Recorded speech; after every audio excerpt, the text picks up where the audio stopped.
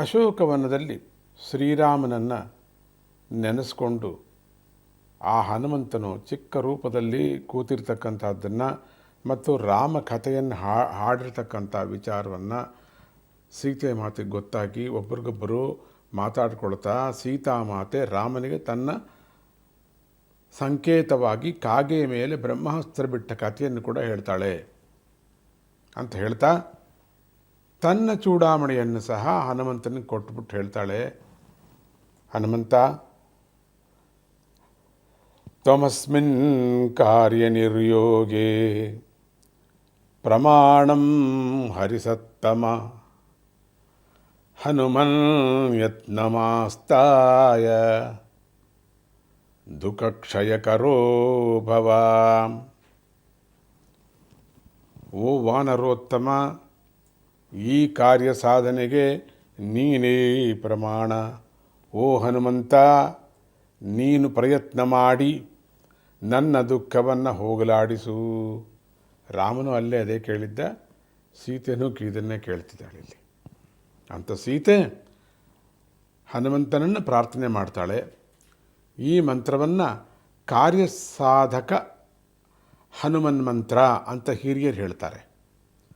ದತ್ತಪೀಠದಲ್ಲಿರ್ತಕ್ಕಂಥ ಹನುಮಂತನ ಗುಡಿಗಳಲ್ಲಿ ಈ ಮಂತ್ರವನ್ನು ಜಪಿಸಿ ಪೂರ್ಣ ಫಲ ಸಮರ್ಪಣೆ ಮಾಡತಕ್ಕಂಥ ಭಕ್ತರ ಕೋರಿಕೆಗಳನ್ನು ಇಂದಿಗೂ ಹನುಮಂತ ತೀರಿಸ್ತಾ ಇದ್ದಾನೆ. ಹನುಮಂತನ ಈ ಅದ್ಭುತ ಕಾರ್ಯ ಸಾಧನೆಯನ್ನು ನೋಡಿ ದೇವತೆಗಳು ಹಾಡಿ ಹೊಗಳ್ತಾರೆ. ತಾನು ಬಂದ ಕೆಲಸ ಆಯಿತಲ್ಲ ಅಂತ ಹನುಮಂತನಿಗೆ ತುಂಬ ಖುಷಿಯಾಯಿತು. ಉಂಗುರವನ್ನು ಕೊಟ್ಟು ಚೂಡಾಮಣಿಯನ್ನು ತಗೊಂಡು ಸಂಭಾಷಣೆ ಎಲ್ಲ ಆದಮೇಲೆ ತಾಯಿಯನ್ನು ನೋಡಿದ ಮೇಲೆ ಮುಂದಕ್ಕೆ ನನ್ನ ಕೆಲಸ ಆಯಿತು, ರಾಮ ಕಾರ್ಯಾರ್ಥವಾಗಿ ಬಂದ ಕೆಲಸ ಆಯಿತು ನನಗೆ ಅಂತ ತುಂಬ ಸಂತೋಷ ವ್ಯಕ್ತವಾಗುತ್ತೆ. ಯಾರ ಹತ್ರ ವ್ಯಕ್ತಪಡಿಸ್ಕೊಳ್ಳೋದು ತುಂಬ ಸಂತೋಷ ಆಗುತ್ತೆ. ತಕ್ಷಣ ಅವನಿಗೆ ಇನ್ನೊಂದು ಯೋಚನೆ ಹೊಳೀತದೆ. ನಾನು ಹೇಗಿದ್ದರೂ ಇಲ್ಲಿವರೆಗೆ ಬಂದಿದ್ದೀನಲ್ವಾ, ನಾನು ಲಂಕೆಯ ಸೇನಾಬಲ ಹೇಗಿದೆ ಅಂತ ತಿಳ್ಕೊಳ್ಳೋಣ ಅನ್ನಿಸ್ತು. ಇನ್ನೊಂದು ಸತಿ ಸುಗ್ರೀವನರ ಕೇಳಿದ್ರೆ ಸೀತೆಯನ್ನು ನೋಡೋದು ವಿಚಾರ ರಾಮನ ಕೇಳ್ತಾನೆ. ಆದರೆ ಸುಗ್ರೀವ ಯುದ್ಧಕ್ಕೆ ತಾನಿಲ್ಲಿ ಬರಬೇಕು. ಆದ್ದರಿಂದ ರಾವಣನ ಒಂದು ಸೈನ್ಯ ಎಂಥದ್ದು, ಯಾವ್ಯಾವ ತುಕಡಿಗಳಿವೆ, ಯಾವ್ಯಾವ ರೀತಿಯಲ್ಲಿ ಯುದ್ಧ ಮಾಡ್ತಕ್ಕಂಥವರು, ಸಮುದ್ರದಲ್ಲಿ ನಿಂತು ಯುದ್ಧ ಮಾಡ್ತಕ್ಕಂಥವರ, ಭೂಮಿಯಲ್ಲಿ ನಿಂತು ಯುದ್ಧ ಮಾಡೋರ, ಮಾಯಾವಿಗಳಲ್ವ, ಆಕಾಶದಲ್ಲಿ ನಿಂತು ಯುದ್ಧ ಮಾಡ್ತಕ್ಕಂಥವ್ರ, ಇವರು ಪ್ರಯೋಗಗಳಿಂದ ಯುದ್ಧ ಮಾಡೋರ, ಹಾಗೆ ಬೆಟ್ಟ ಗುಡ್ಡಗಳು ತಂದು ಮೇಲೆ ಹಾಕೋರ, ಹೀಗೆಲ್ಲ ವಿಚಾರವನ್ನು, ಯಾಕೆಂದರೆ ಅವರವರ ಬೇರೆ ಬೇರೆ ರೀತಿಯಾದಂತಹ ತುಕಡಿಗಳಿದ್ದೇ ಇರುತ್ತೆ ಯುದ್ಧ ಭೂಮಿ ಒಳಗೆ, ಸೈನಿಕರ ಒಳಗೆ. ಅದನ್ನೆಲ್ಲವೂ ಬಲ್ಲ ಹನುಮಂತನು.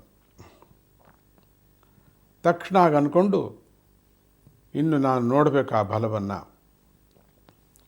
ಅವರಲ್ಲಿ ಬಲಾಢ್ಯರು ಯಾರು ಅಂತ ಅನ್ನೋದು ಎಣಿಸ್ಕೋಬೇಕು ನಾನು ಅಂತ ಹೇಳ್ತಾ ತಕ್ಷಣ ಅಶೋಕವನವನ್ನು ಧ್ವಂಸ ಮಾಡೋದಕ್ಕೆ ಶುರು ಮಾಡ್ತಾನೆ. ಜೈ ಬಲವೀರ ವೀರ ಹನುಮಾನ್ ಕೀ. ಈ ವಿಷಯ ಕೂಡಲೇ ರಾವಣನಿಗೆ ಮುಟ್ಟುತ್ತೆ.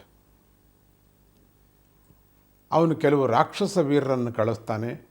ಏನೋ ಕಪಿ ಬಂದಿದೆಯಂತೆ, ಆ ಒಂದು ಕಪಿ ಈ ಅಶೋಕವನವನ್ನೆಲ್ಲ ಹಾಳು ಮಾಡ್ತಿದೆ, ಯಾರಿಗೂ ಕಾಣದೇ ಇರತಕ್ಕಂಥ ವನವು ನಾಶವಾಗಿಬಿಟ್ಟಿದೆ ಏನು ಅಂತ ಹೇಳಿದ ಕೂಡಲೇ ತಕ್ಷಣ ರಾವಣ ಆ ಕಪಿನ ಹಿಡ್ಕೊಂಬನ್ನಿ, ಹೋಗಿ ಕೊಂದು ಬನ್ನಿ, ಸಾಧ್ಯ ಆದರೆ ಹಿಡ್ಕೊಂಬನ್ನಿ. ಹನುಮಂತನು ಅವರೆಲ್ಲರನ್ನು ಕೂಡ ಸಂಹಾರ ಮಾಡ್ತಾನೆ. ವಾಪಸ್ ಕಳಿಸೋದೇ ಇಲ್ಲ, ಬಂದವನ್ನೆಲ್ಲ ಸಂಹಾರ ಮಾಡ್ತಿರ್ತಾನೆ. ನಾನು ರಾಮನ ದಾಸ, ನನ್ನ ಹೆಸರು ಹನುಮಂತ, ನೀವೆಲ್ಲರೂ ನೋಡ್ತಾ ಇರೋ ಹಾಗೆ ನಾನು ಈ ಲಂಕೆಯನ್ನು ಮರ್ದನ ಮಾಡಿ ಸೀತಾದೇವಿ ನಮಸ್ಕರಿಸಿ ಹೋಗ್ತಾ ಇದ್ದೀನಿ ಅಂತ ಗಟ್ಟಿಯಾಗಿ ಕಿರಿಚಿ ಹೇಳ್ತಾನೆ. ನಿಮ್ಮನ್ನೆಲ್ಲ ನಾಶ ಮಾಡ್ತೀನಿ, ಈ ಲಂಕಾ ಪಟ್ಟಣವನ್ನು ಸಂಪೂರ್ಣ ನಾಶ ಮಾಡ್ತೀನಿ ನಾನು. ಆ ಸೀತೆಯ ಮಾತೆಯನ್ನು ನಮಸ್ಕಾರ ಮಾಡಿ ಆ ಅಮ್ಮನಿಗೆ ರಾಮನ ಹತ್ರ ಹೋಗ್ತೀನಿ, ರಾಮ ಬರ್ತಾನೆ. ಈ ಮಾತನ್ನು ಕೇಳಿದ ರಾವಣ ಬೃಹಸ್ತ ನಮಗ ಜಂಬುಮಾಲಿಯನ್ನು ಹನುಮಂತನ ಮೇಲೆ ಯುದ್ಧಕ್ಕೆ ಕಳಿಸ್ತಾನೆ. ಮುಂದಕ್ಕೆ ಏನಾಗುತ್ತೆ ನೋಡೋಣ. ಯುದ್ಧದಲ್ಲಿ ಹನುಮಂತನ ವಿಚಾರ. ಜೈ ಗುರುದತ್ತ, ಶ್ರೀ ಗುರುದತ್ತ.